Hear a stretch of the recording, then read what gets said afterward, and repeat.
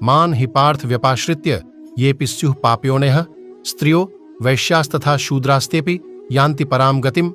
हे अर्जुन, स्त्री, वैश्य, शूद्र तथा पापयोनि चांडलादि जो कोई भी हों, वे भी मेरे शरण होकर परम गति को ही प्राप्त होते हैं। श्रीमद् भगवद गीता अध्याय 9 श्लोक 32।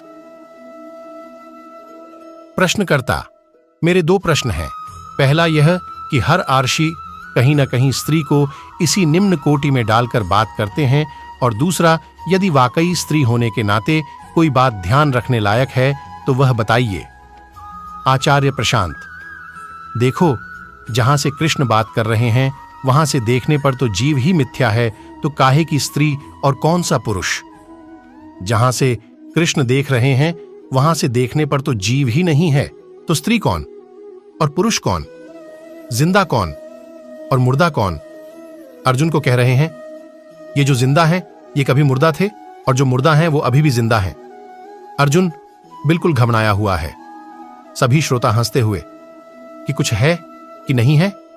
कृष्ण बोल रहे हैं, मरे हुए जो हैं वो कभी मरे नहीं, जो जिंदा है वो पैदा हुए नहीं, तो वो तो जीव की ही सत्ता को मिथ्या बताए दे रहे हैं। अब उसमें क्या परेशान होना है कि कौन स्त्री है कौन पुरुष है, लेकिन सुनने वाला कौन है? अर्जुन है। अब इन साहब पर ध्यान देते हैं। ये वो हैं जो पहले अध्याय में बता रहे थे कि देखिए, अगर हमने लड़ाई करी तो सब क्षत्रिय पुरुष मर जाएंगे और फिर हमारी औरतें खराब हो जाएंगी, वो इधर उधर जाकर के संबंध बनाएंगी, उससे वर्ण संकर पैदा होंगे। वो सब याद है। तो सुनने वाला किस मानसिकता का है? सुनने वाला तो जाति लिंग इन सब संस्कारों से घिरा हुआ है ना। और वह देखो, समय ऐसा था जब अर्थव्यवस्था पूरे तरीके से बाहुबल पर चलती थी, आदमी द्वारा किए जा रहे श्रम पर चलती थी। मशीनें आविष्कृत हुई नहीं थीं, और जो थी भी वो अपने बहुत आरंभिक स्तर पर थीं। किस तरह की मशीन थी? अब धनुष भी एक मशीन ही है, और पर उस मशीन में ऊर्जा कहां से आ रही है? आदमी के बाजू से आ रही है। तो उस समय जो मशीनें भी थीं वह न तो हाइड्रोकार्बन से चल रही थीं, न सोलर पावर से चल रही थीं, न टाइडल वेव से चल रही थीं। सब मशीनें जो छोटी मोटी थीं भी, वो काहे से चल रही थीं? वो या तो पशुओं के बाजुओं से चल रही थीं कि तुमने बैल लगा दिए हैं तो वो खेत जोत रहे हैं, या फिर मनुष्य के बाजुओं से चल रही थीं। अब प्रकृति ने कुछ कर दिया है भाई। बाजू तो पुरुषों के ही ज्यादा मजबूत होते हैं ना। तो उस समय की अर्थव्यवस्था फिर जाहिर सी बात है किनके हाथों में थी? पुरुषों के। अब आज अगर लड़ाई हो तो दागी जाएगी मिसाइल। अब मिसाइल बनाने में बाजू तो लगे नहीं हैं। मिसाइल बनाने में क्या लगा है? बुद्धि। और मिसाइल दागने के लिए भी बाजू नहीं चाहिए। मिसाइल दागने के लिए भी क्या करना है? बटन दबाना है। तो मिसाइल बनाने का काम भी स्त्रियां कर सकती हैं आज, और मिसाइल लॉन्च करने का भी काम स्त्रियां कर सकती हैं आज। कर सकती हैं ना? अभी पिक्चर देख कर आई होगी मिशन मंगल। उसमें देखा होगा कि पूरी जो टीम ही थी उसमें ज्यादातर महिलाएं ही थीं। तो आज के समय में तीर क्या रॉकेट भी लॉन्च करना हो तो महिलाएं पूरी तरह सक्षम हैं, पर उस समय होता था गदा युद्ध। अब तुम भीम के सामने आनंदिता प्रश्नकर्ता को खड़ा कर दो, गदा देख करके तो क्या होगा? क्या होगा बोलो? कुछ नहीं होगा। सभी श्रोता हंसते हुए भीम हंस हंस के लौटने लग जाएंगे। तो उस समय जो पावर, जो एनर्जी का स्रोत था वो ये था, बाहुबल। और बाहुबल किसके पास ज्यादा था? पुरुषों के पास ज्यादा था। तो सारी सत्ता पुरुषों ने हथिया रखी थी। उन्हीं सत्ताधारियों में एक कौन है? अर्जुन भी। तो अर्जुन की निगाह में भी स्त्रियां कैसी हैं? ये उस समय की बात है, अर्जुन को दोष नहीं दिया जा रहा। उस समय पर जितने लोग थे उन सब की दृष्टि में स्त्रियां थोड़े नीचे के ही तल की हुई ना, क्योंकि ऊर्जा तो है ही नहीं उनके पास। और पूरी अर्थव्यवस्था ही किससे चल रही है? पूरी दुनिया ही किससे चल रही है? ऊर्जा से। आज भी जो बड़े बड़े संग्राम हो रहे हैं, बड़ी लड़ाइयां चल रही हैं दुनिया में, वो किसके लिए हो रही हैं? एनर्जी के लिए। ये जो लगातार मिडिल ईस्ट में कोहराम मचा रहता है, ये क्यों मचा रहता है? क्योंकि मिडिल ईस्ट में क्या है? तेल है। ऊर्जा, उसे मशीन चलेगी भाई, उससे पूरा यूरोप ठंड में गर्म रहेगा। इराक ने कुवैत पर कब्जा क्यों किया था? खाड़ी युद्ध हुआ ही क्यों था? कुवैत तो इतना सा है, 2 जिले बराबर। सद्दाम हुसैन को क्या पड़ी थी कुवैत पर आक्रमण करने की, बताओ? कुवैत के पास क्या था? तेल। अमेरिका की सऊदी अरब में और सीरिया में इतनी रुचि क्यों है? आधी दुनिया पार करके अमेरिका क्यों घुसा रहता है? रूस क्यों घुसा हुआ है? क्योंकि वहां पर ऊर्जा है। जहां कहीं ऊर्जा होती है वहां सत्ता होती है। फिर समझो, महत्वपूर्ण इसलिए दिखाया गया है कहानी में क्योंकि वो जीत रहे हैं, खेल रहे हैं, संघर्ष कर रहे हैं। और लड़की का महत्व किस लिए है? क्योंकि वह सुंदर है। तो लड़की को संदेश क्या जा रहा है कि बेटा, तू सुंदर जितनी ज्यादा होगी ना, तुझे उतनी जगह मिलेगी। तो लड़की कहती है, मुझे उपलब्धि करके करना क्या है? मुझे सुंदर होने दो। मुझे तो देखो, कहानी में भी जगह तब मिली जब मैं सुंदर हूं। लड़के जो हैं वह सब साधारण हैं, 1-2 तो घिनौने हैं दिखने में, लेकिन उनको फिर भी बड़ी केंद्रीय जगह मिली हुई है क्योंकि वो एक चैंपियनशिप जीतने की कोशिश कर रहे हैं। और लड़कियों का हॉस्टल कहीं चैंपियनशिप में नजर ही नहीं आ रहा, कहीं है ही नहीं। हाँ, एक सीन में जरूर एक आती है, बेचारी दुबली पतली, वह वजन उठाने की कोशिश करती है। उसको भी यही दिखाया गया है कि एक लड़का ऐसा बिल्कुल बेबस हो रहा है कि एक लड़की आकर उसे बेआबरू करे जा रही है।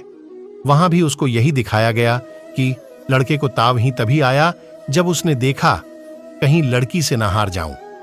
तो वहां भी जो लड़की का किरदार बीच में लाया गया, जरा सा 2 मिनट के लिए बस इसी खातिर लाया गया कि लड़के के सामने वह एक मापदंड की तरह बन सके कि भाई, तू इतना दुबला पतला और इतना मरियल हो गया क्या कि तू लड़की से हार जाएगा?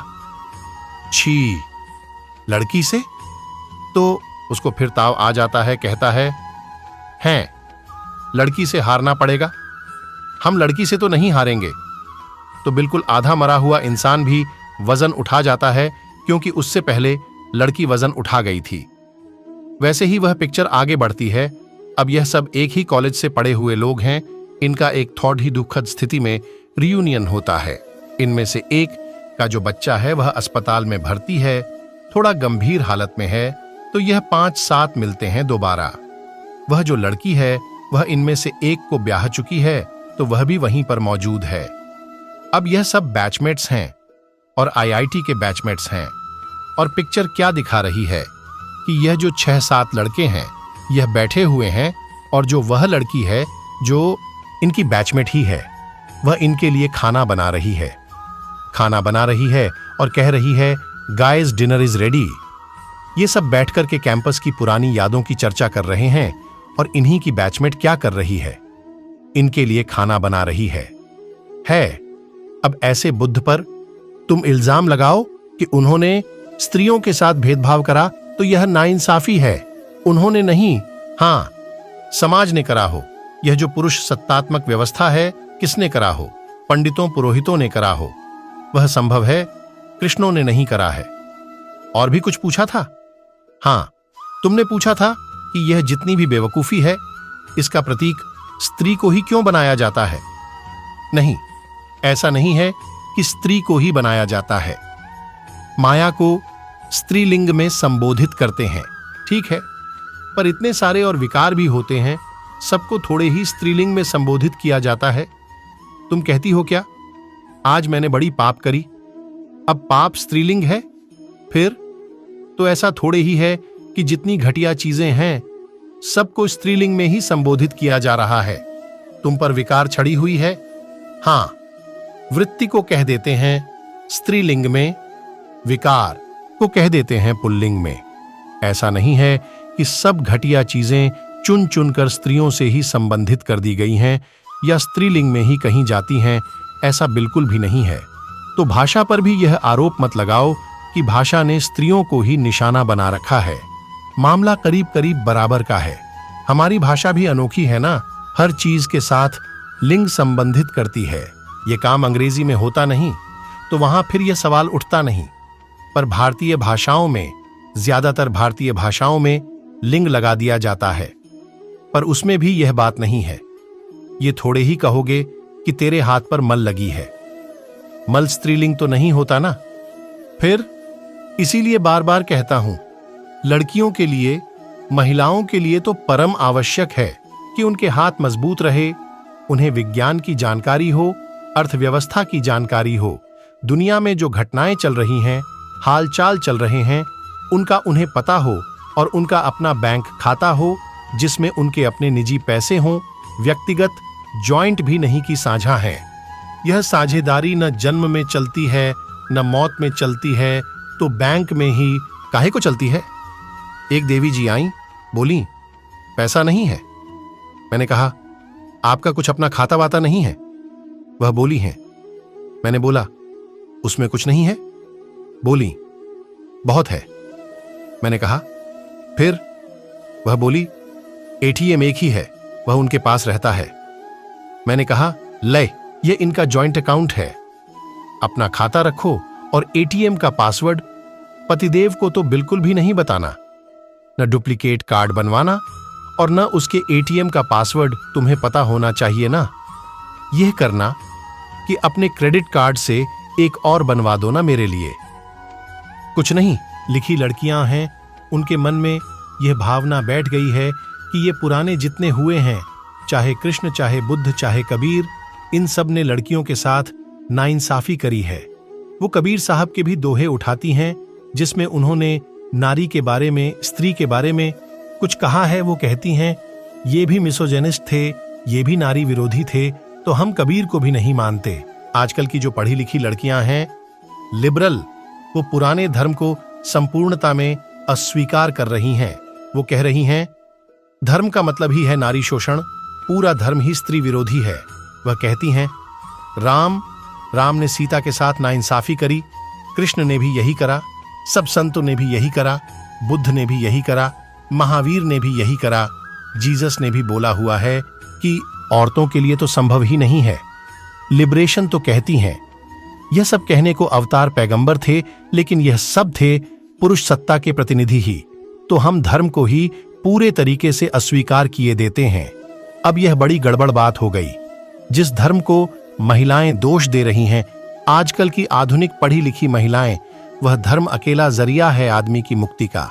तुमने अगर धर्म को ही कचरे के डब्बे में डाल दिया तो अब तुम्हारे लिए क्या आशा बचेगी। इसलिए मैं बहुत जोर देकर समझा रहा हूं कि यह मत समझो कि धर्म ने स्त्रियों के साथ भेदभाव करा है।